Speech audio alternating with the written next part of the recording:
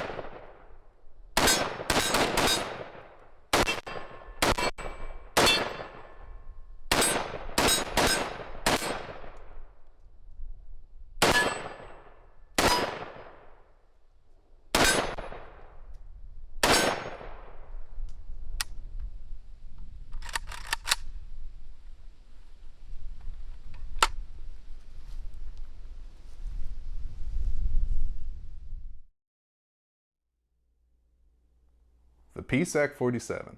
Not the BSAK, but the PSAK. What does the B in BSAK stand for? Figure it out, boys. I want to start with a question.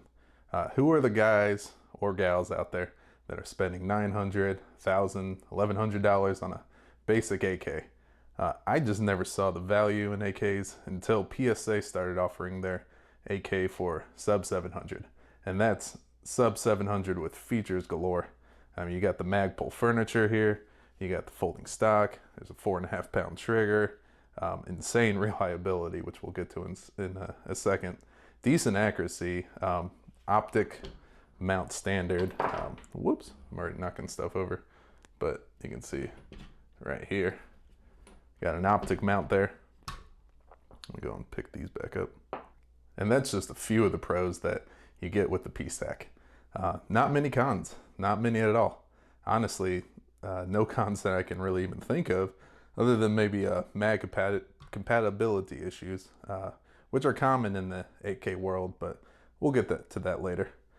And if you don't think that an American AK is American enough for you, well, then I got my American flag cleaning mat behind it. And if that's not American enough for you, bam, a pack of reds. Oh wait, red's a commie color. How about a large cup of Starbucks? No, not red, but we're here to talk about Plum. Really kind of the main reason for this video. I'm very new to the AK world, this being my first. So if you want an in-depth review, this will not be your video. This video is really just meant to showcase the Plum Magpul furniture that came with this rifle. So sick. There's not that many videos on YouTube that showcase the Plum furniture, but if you want a great in-depth review, check out Nuttin' Fancy's video. Just recently came out on the PSAK-47. I love that guy. I think of him as Gun Daddy. I've learned a great deal from him, and I hope you will too if you don't already know who he is. But what about Paul Harrell or Hickok-45? Yeah, they get enough love. And Nuttin' Fancy's been at a stagnant 850 or so thousand subs for years, it seems like. Clearly, YouTube hates him. Anyways, on to this little showcase here of this rifle. When shopping for my first AK, I had a very spicy. I had a very specific criteria of features that I wanted. Because of my limited exposure to the AK platform, I didn't want to do any custom work. And this one not only fit the bill but exceeded it.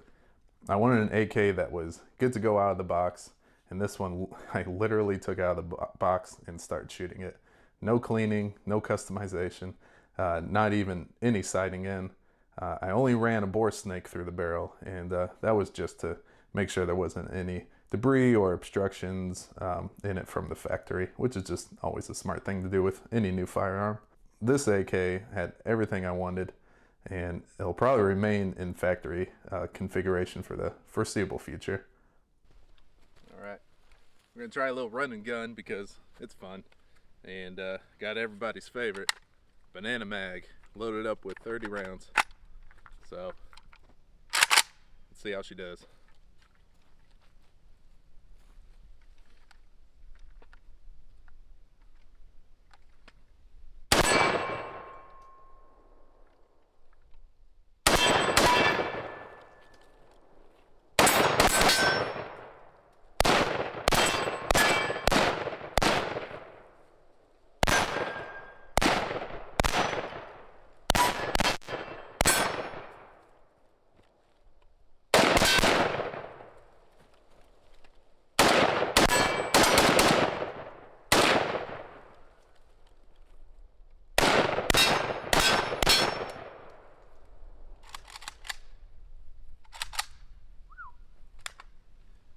That's a lot of fun.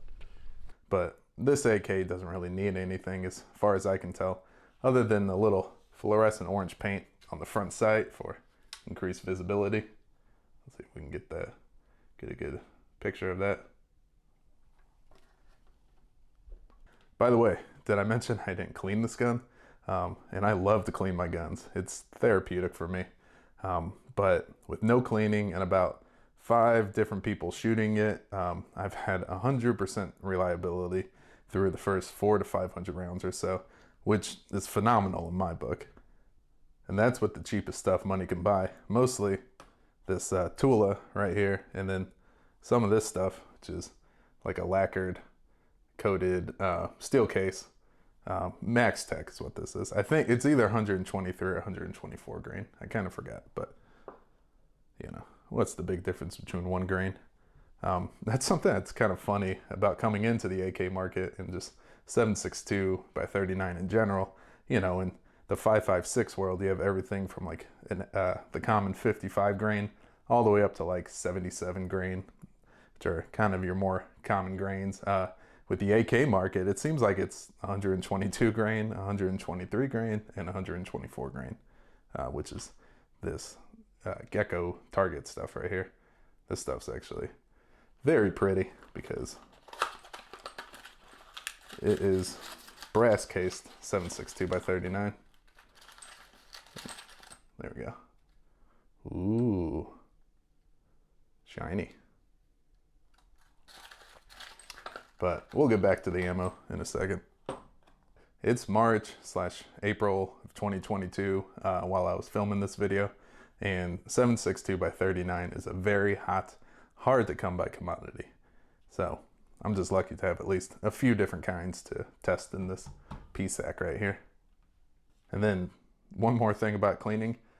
Speaking of cleaning, I guess, there is one more accessory, or I guess the only accessory I actually added, and that's this cleaning rod right here. Because why the hell not? I think it looks cool and adds value with very little with very little effort. And this rod came from, of all places, Amazon. I love it when you can find actual high quality gun parts on Amazon. And by the way, if you want to know, I think this is the 15-inch. It's like, I saw that there was like a 17-inch cleaning rod and a 15-inch cleaning rod. So if you want to know which one will fit your PSAK, it's the 15-inch. Moving on to accuracy, it was fine for basic flat range time. There is a 6 o'clock hold with this rifle at 25 yards, but windage was pretty much on point from the factory. I did shoot this rifle further at 50 yards, but I'm not exactly interested in target shooting with my AK. So maybe one day, but not for now.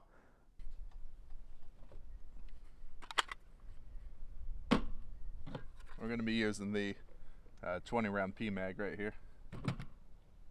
And I got 3 different kinds of ammo.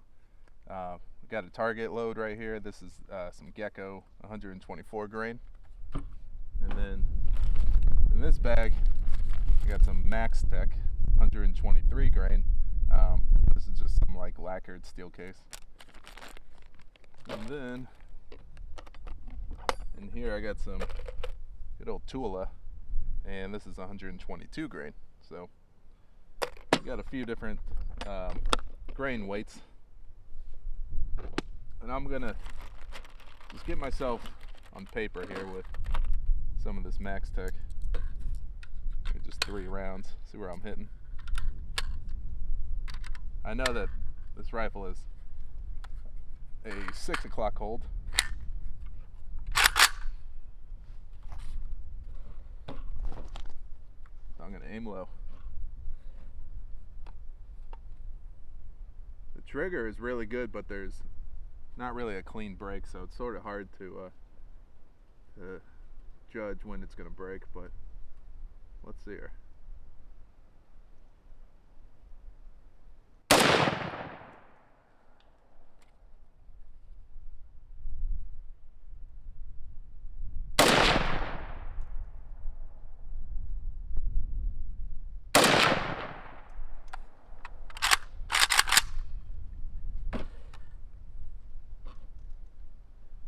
See if I'm on paper. Got at least 2 hits on paper. Cool. So I gotta aim, it looks like about 6 inches low at 50 yards.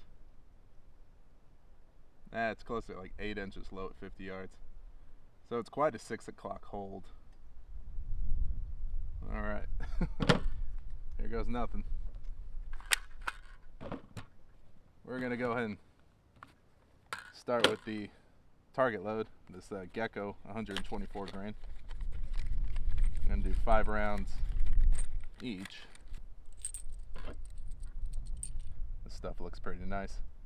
Usually 7.62 by 39s in a steel case, but something about brass with a copper jacketed bullet that looks very appealing, right?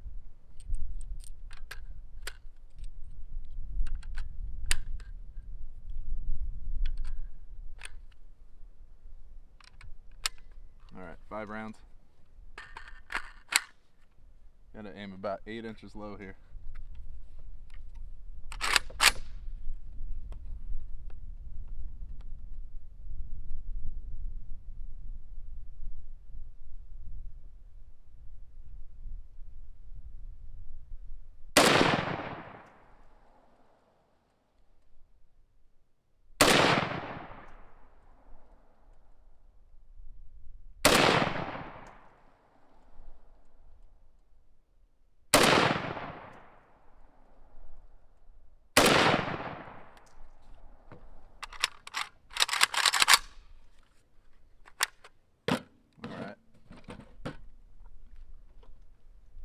Take a look real quick. Okay. So you guys might be able to see, but I was aiming right down here and I was hitting up here. So I could probably aim at the bottom of this target. I think each of these targets are about, I want to say like 5 or 6 inches. So if I aimed at the bottom of this target, I'd probably be right there. But the windage is pretty good. I was obviously aiming at the top right there, and we'll keep going. You know, just for a heck of it, I'm going to do 5 more rounds of this target stuff, just so I kind of know where I'm aiming now. It's a beautiful day too, so why the heck not?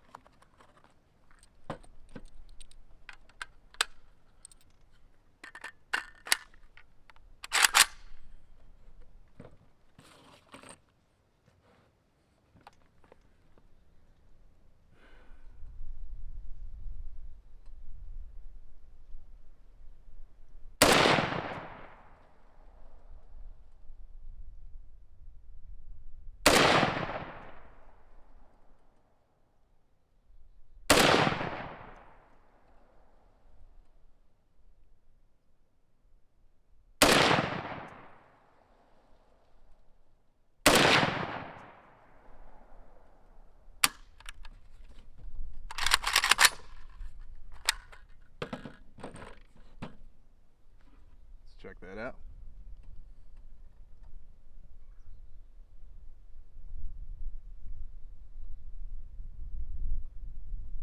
All right. We're definitely on target now.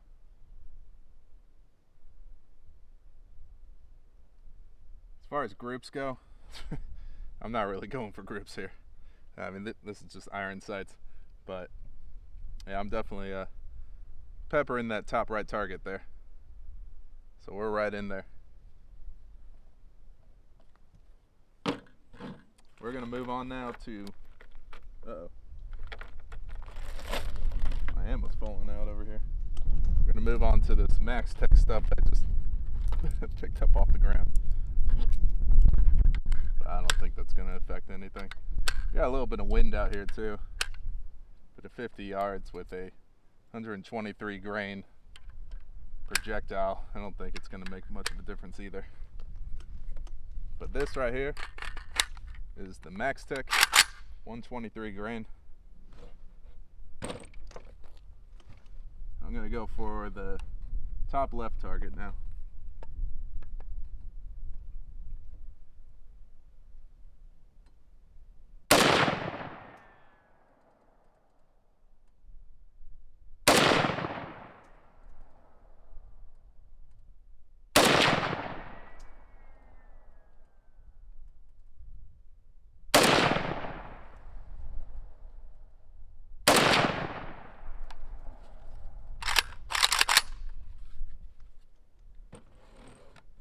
I'm not sure if the camera's microphone's picking that up, but a couple of those shots sound like ricochets.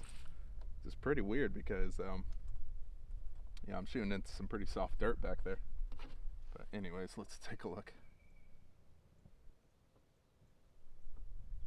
So, that Max Tech actually grew pretty nicely, but it's shooting a little bit to the left. I don't know if you guys can see that. I think all 5 shots are like right there on that bottom left corner of that target. All right. Now we move on to the real cheap stuff. Some of that Tulamo 122 grain. This stuff, it works just fine. I'm not too worried about any kind of major malfunctions here. As far as groups go, we shall see.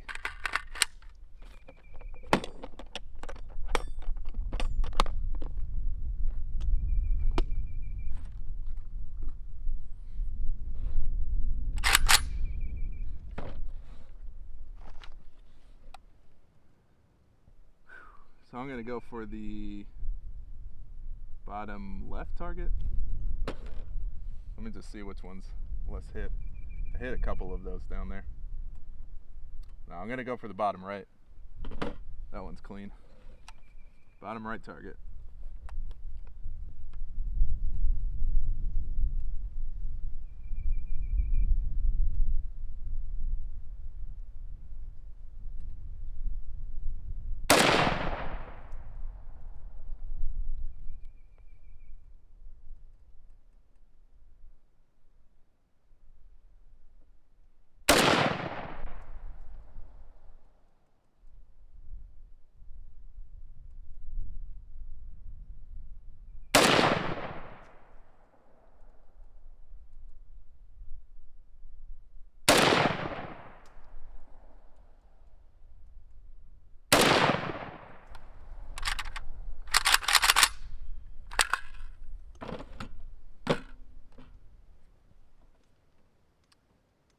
Since it was the bottom target, it was actually really difficult to see where to hold. But it was pretty much there. This rifle's definitely shooting a little bit to the left.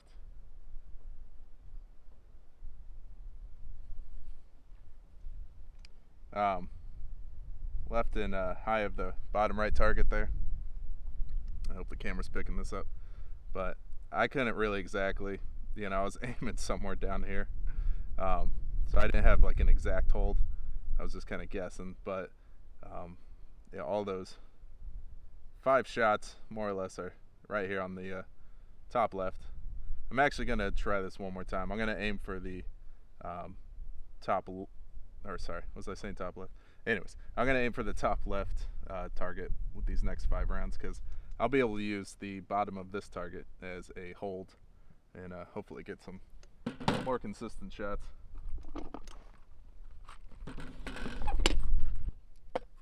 Another 5 rounds here of that good old Tulamo. This stuff is becoming a unicorn in the United States. It's gonna be harder and harder to find. Let's go, Brandon. Am I right?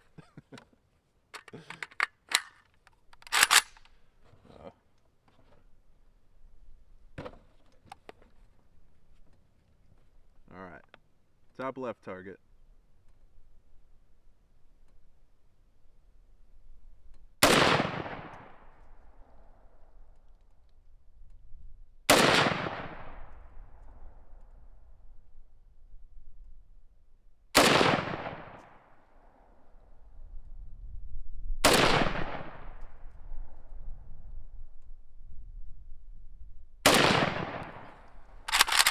That last one, I'm pretty sure I jerked the trigger on that last one. Let's take a look.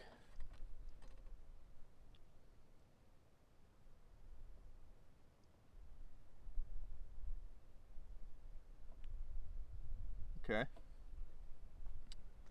it's not too bad. So again, I'm aiming at like the bottom of the bottom target, and I'm hitting the top one. I don't know, that might be a 10-inch hold, but let's just call it 8, because I think those targets are like 4-inch targets. They might be 5-inch targets. I don't think they're 6. Anyways, but it's shooting a little bit to the left, but I'm right in there. So it's pretty consistent. Definitely be more accurate with an optic on there of some sort, but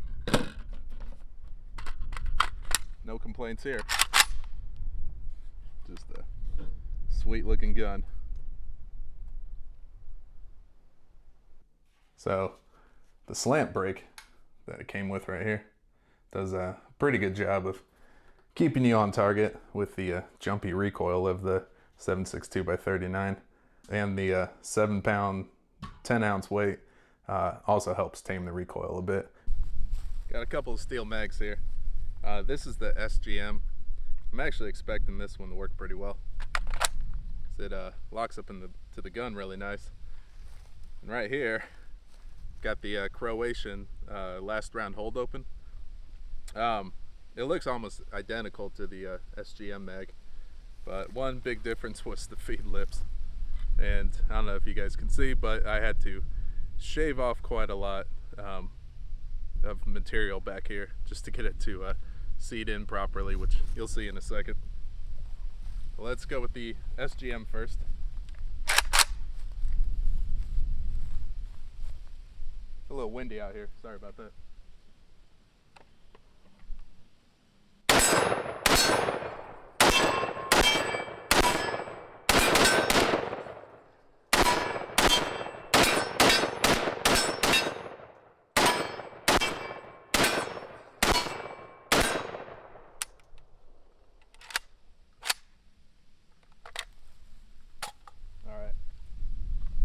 Try the Croatian. As you can see, it's very, very tight in there, so let's see how she does. And I want to see if it actually stays back on the last round.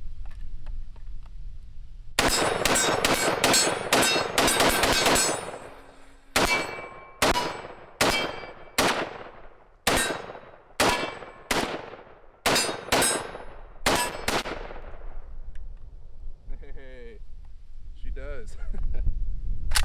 That's cool. So even though I had to shave off some material, shoot, it just worked really well. I'm actually pretty surprised.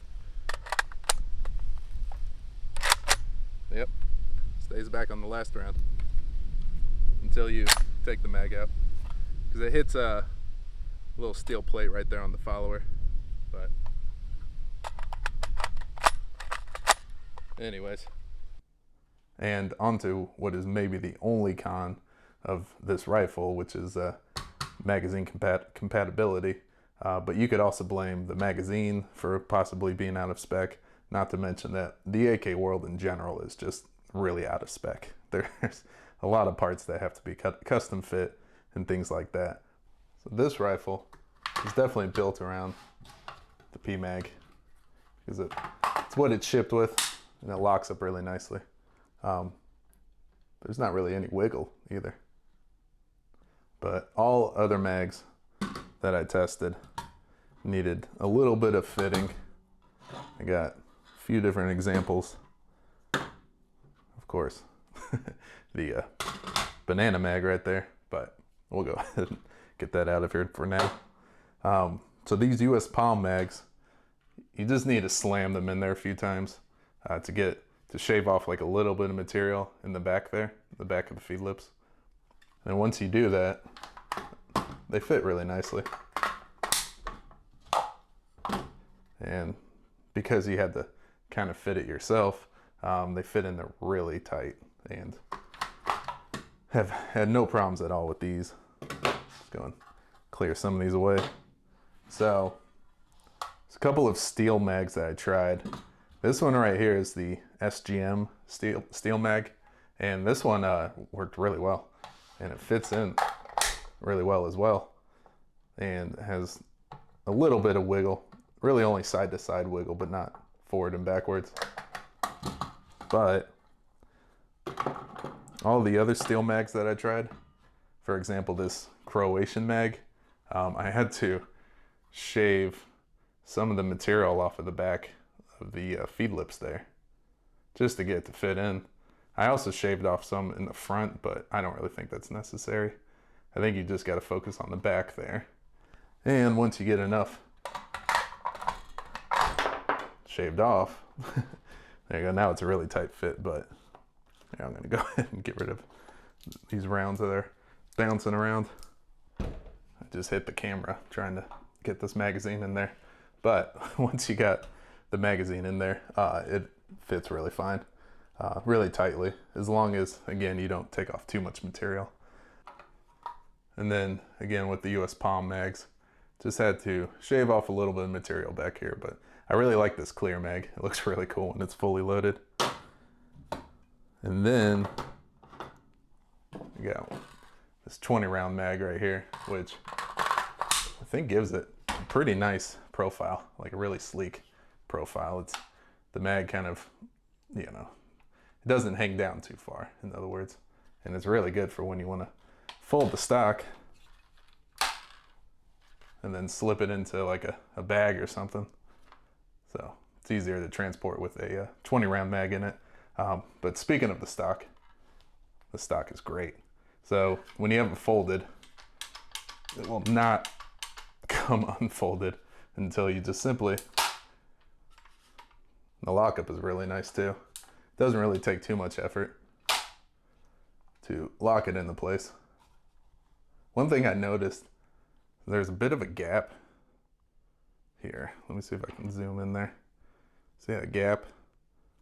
And I'm thinking that, you know, it's definitely really tight, but I'm wondering if I can tighten it a little better, because when I tried shooting this, it's hard to do with my left hand.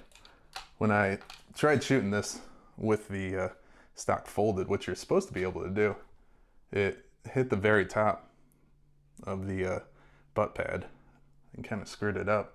It also induced a jam. It's the only jam I had with this rifle, which I'm not blaming on the rifle, but I think it's because there's a little bit of a gap here on top. It's not sitting very flush. And if this was kind of, you know, cocked up a little bit more, if it was sitting flush, then when this was folded, this would actually sit down a very, you know, small little bit, and I think allow for the charging handle to operate without interfering with the stock.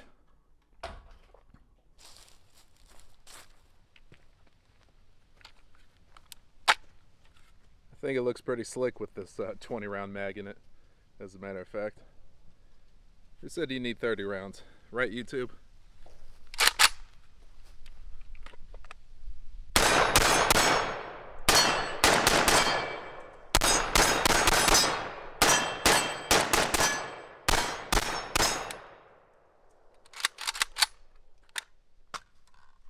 go and try out this US Palm 30 round mag that's in Plum. It actually matches the color of the rifle pretty well. Or I guess I should say the color of the furniture.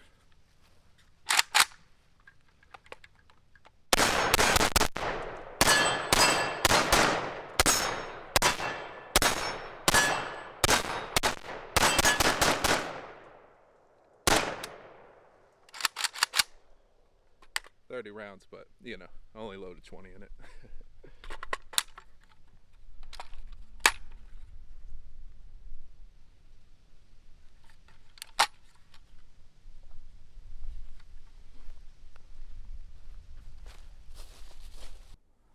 So just to go over the mags real quick again, if you have something like this 20 round mag steel, if you have something like this 20 round steel mag, you gotta, which I haven't done yet to this, you gotta shave off some material in the back there,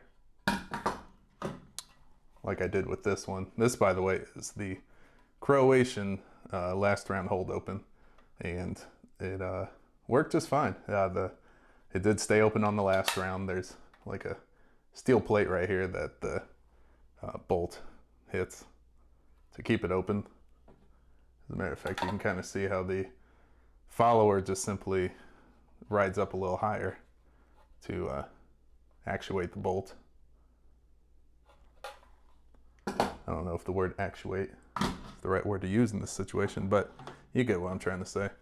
But with all the mags, the P mag, the steel mags, this SGM mag, which didn't need any fitting at all. This was a really good mag straight out of the package. I like this one right here, the US Palm Plum mag, and that's really one of the main reasons I got this rifle is for the Plum Magpul furniture.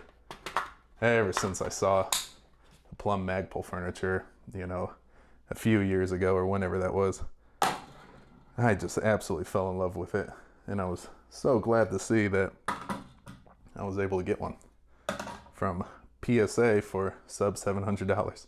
This is, by the way, the blemished version, and the only blem I could find was right here. See a little tiny nick just in front of the front sight block. So, or I guess the gas block, whatever you call that. Again, I'm kind of new to the AK world, but not much of a blemish that I got to really worry about, especially when something like this will probably be beaten around because, you know, AKs are kind of good for that. Not to mention every single time you activate the safety on and off, it leaves a little scratch mark right there. Same thing when you take down the rifle, it'll leave a little scratch mark right here from this lever. So having little scratches here and there on your AK is not that big of a deal, especially a budget AK like this one.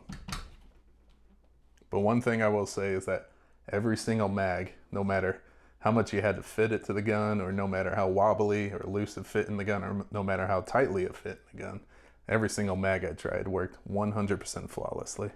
No malfunctions whatsoever, other than, like I said, when I had the stock folded and it hit the charging handle, but that's really not the gun's fault. That's not the mag's fault. That's more of a quality control issue, which I would say is PSA's fault. However, you're not going to be shooting this thing folded too much. I mean, let's just be honest. It's cool to shoot it folded, of course. You know, we see it in the movies all the time, but practically in reality, especially 99.9% of the time on the flat range, I'm not going to be shooting this thing with the stock folded. So one quirk I've noticed is that, you know, in the AK world, you don't have last round hold open unless you have the last round hold open magazine. But this gun has a bolt open feature. I can't tell you if that is a feature of all AKs, because this is the very first one I've ever got. But as you can see, you can put the magazine in and out with the bolt staying open, and then all you gotta do is push forward a little bit, and then charging handle slams home. That's a really nice feature, actually, for just simply inspecting the bore. You know, maybe running a bore snake through it, changing out mags, that kind of thing. And then just with one little flick of your thumb, you can send the bolt forward. I'm pretty sure that's a quirk. I don't think that's something that is a feature with all AKs. And I'm not even sure if it's a feature with all PSAK-47s. But the one that I received has that little feature. And whether it's good or bad, I like it. So I'm happy about that. So would I recommend this? Of course. If you're just getting into AKs, I'm extremely ecstatic that I went out and finally pulled the trigger, pun definitely intended, and got myself an AK-47 or an AKM, whatever you want to call it. But this, you know, in particular is the GF3. They make like a GF5, which I don't even know what kind of features that one has, but the GF3 for, you know, looking for a basic AK, this one's got everything you need. I actually just saw, as of the filming of this video, I think yesterday, they dropped the price even more on these, and they sold out immediately, but I think they were going for like $650, which is crazy. I remember I think I paid $669 with free shipping, so $670 out the door, and then obviously transfer fee. You know, you're looking at right at $700 for a basic AK. I'm very happy with that, especially with the folding stock, the MOE furniture, and you know, just all the little features and quirks that this rifle has.